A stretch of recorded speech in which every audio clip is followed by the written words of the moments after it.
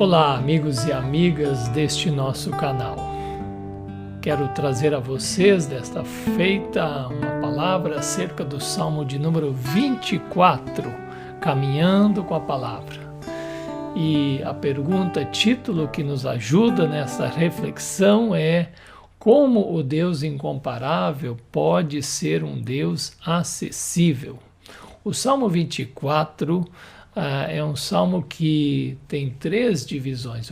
Os primeiros dois versículos descrevem a criação, a grandeza de Deus, o seu domínio sobre toda a criação. Os versículos 3 a 6 nos falam acerca da possibilidade de nós, da nossa posição como seres humanos diante deste Deus Criador.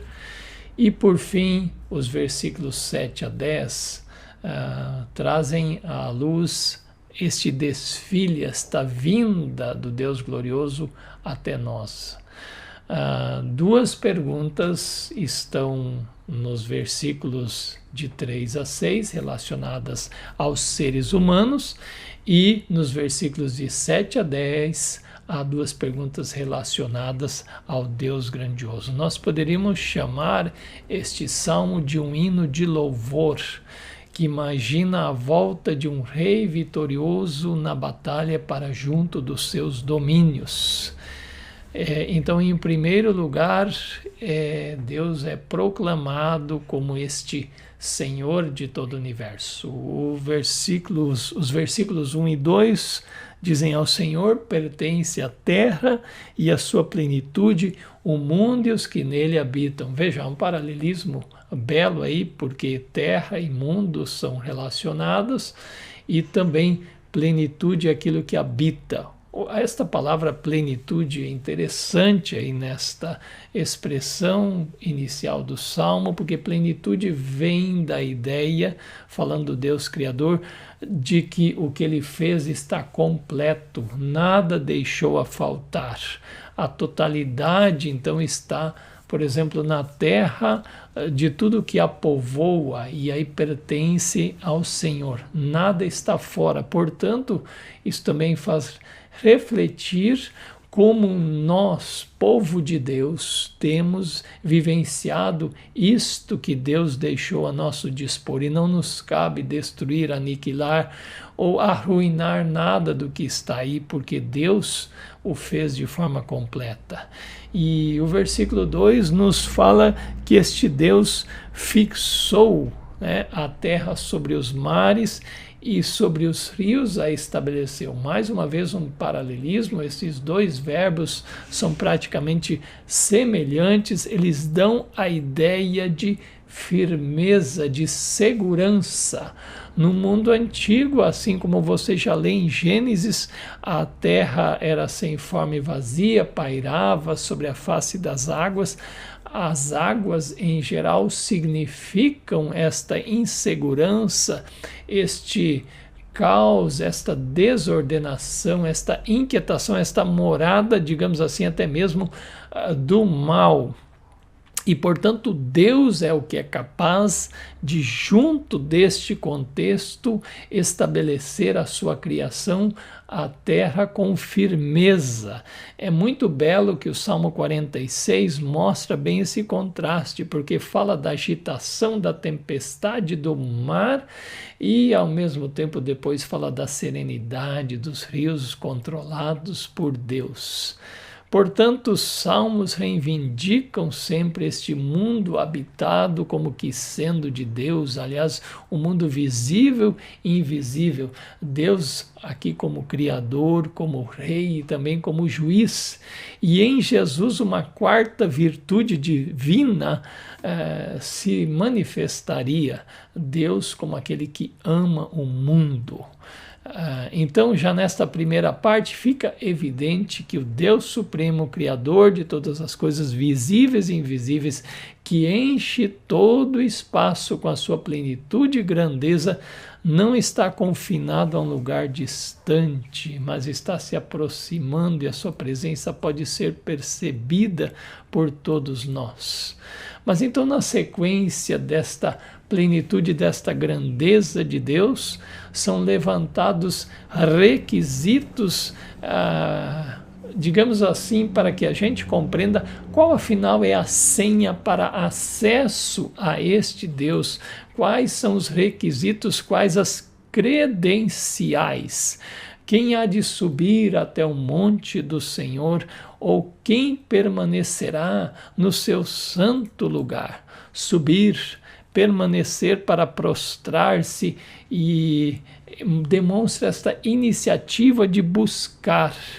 Tem a ver com essa dimensão de servir, de adorar.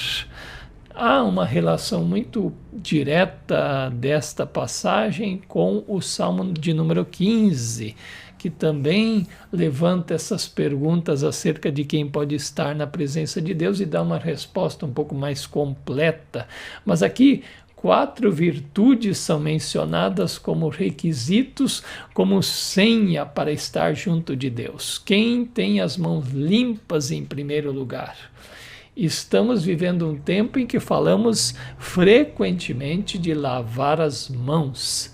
Aliás, isto cá para nós sempre foi importante, mas mãos podem estar sujas de sangue, como fala o profeta Isaías, ou de dinheiro sujo, como suborno, ou de ações como atitudes violentas que prejudicam o outro. Agora, Deus, em Jesus, nós aprendemos que as nossas mãos devem expressar aquilo que está em nosso coração. E por isso não é sem razão que o segundo requisito fala de alguém que tem um coração puro. Jesus disse: bem-aventurados os limpos de coração, porque verão a Deus. Mateus 5:8, e olhe só essa palavra de Provérbios 4:23, de tudo que se deve guardar, guarde bem o seu coração, porque dele procedem as fontes da vida. Um coração puro é um coração que também tem um só foco, um só que habita nele.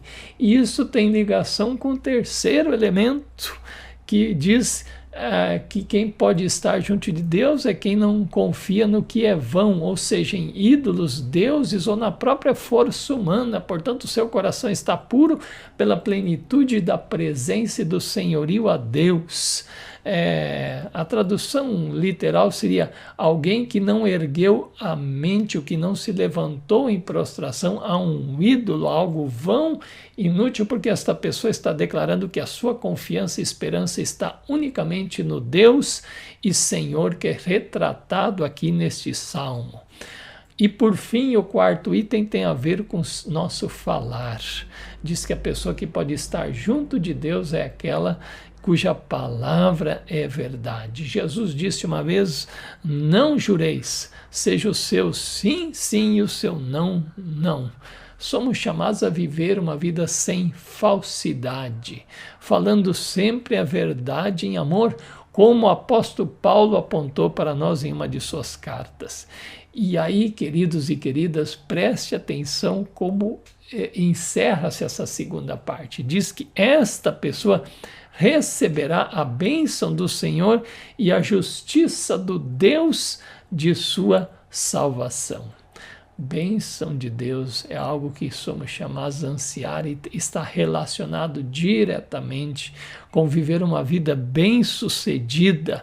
E nós só podemos vivenciar isso por meio de Jesus, porque Jesus viveu como aquele que agradou inteiramente ao Pai, e por isso, por meio dele, nós somos abençoados. Mas o Salmo menciona, neste seu versículo de número 6, uma questão muito importante, porque fala: esta é a geração dos que buscam ao Senhor, dos que buscam a face do Deus de Jacó, a tradução que fica melhor.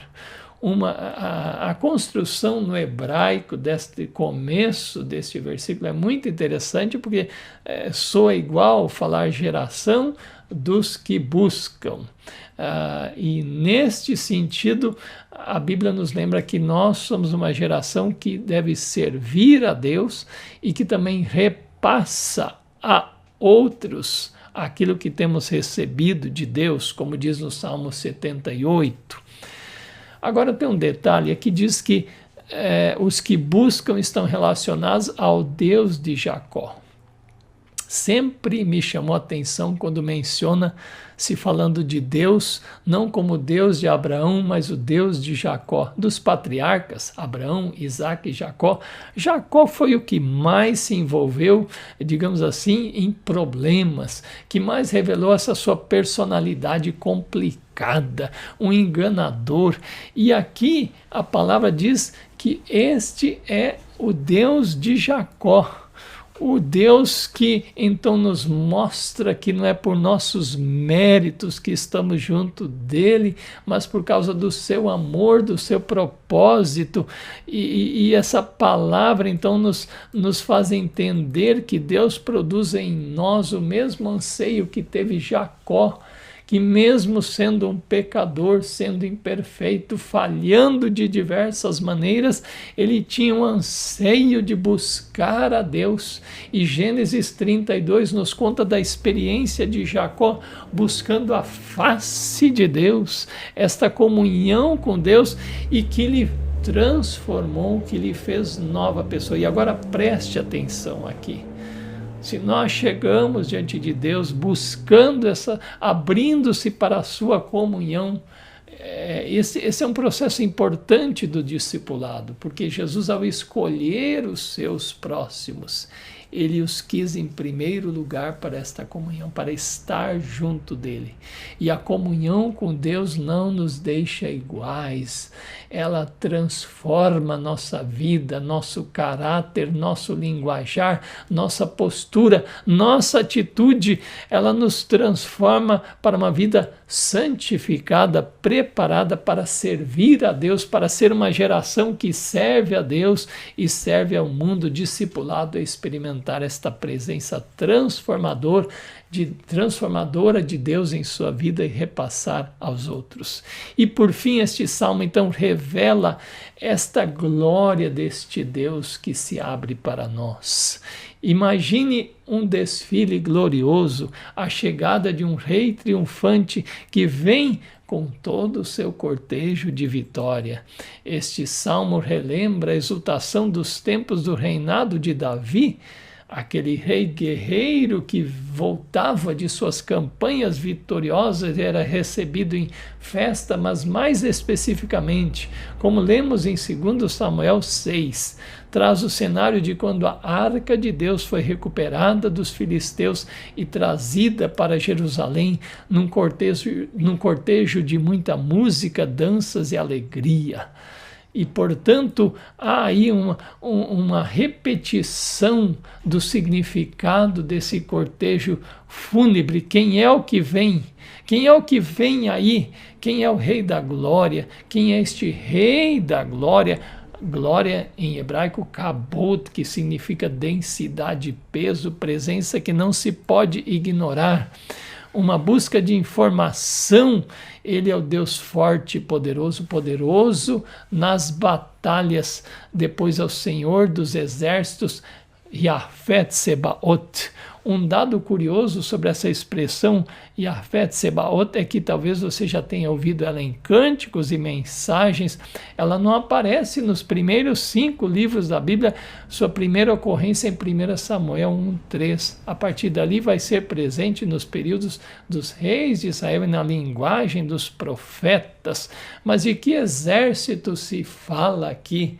Fala-se do exército dos corpos celestes, fala-se dos exércitos humanos e também dos exércitos de anjos, e que de alguma forma esses 3 grupos estão contemplados na descrição deste salmo, porque eles são mencionados na descrição desse salmo, porque na última parte desse salmo fala de Um rei que chega nos portais eternos, porque lembra a imagem de Jesus, após sua morte e ressurreição, ser levado até os céus, como dizem Efésios 4, 8 a 10, onde Jesus chega vitorioso, os portais dos céus são abertos e ele triunfante está chegando e sendo acolhido pelos anjos. Oh, glória a Deus, que cena maravilhosa, porque não há batalha contra o mal que Deus não vença, e Deus desenvolve a história, como lemos em Apocalipse, a declaração de que o Cordeiro de Deus venceu e pode desenvolver a história, e na sequência em Apocalipse 12, versículos 7 e 8, fala dos exércitos de Deus guerreando contra todo o exército do mal e eles sendo triunfantes. A vitória é do Senhor. Que espaço pode conter todo esse Deus glorioso e poderoso? Como nós podemos transitar junto desse Deus? Queridos, unicamente por meio de Jesus é que esse Deus se torna acessível para nós. Nós que o seguimos podemos estar experimentando esta comunhão com Deus que nos transforma. Que você busque a face e a presença de Deus por meio de Jesus. Experimente a sua presença transformadora, o seu amor sem igual. Um Deus incomparável em Jesus é acessível, sim. Caminhando com a palavra, caminhando com Jesus, Ele abençoe sua vida.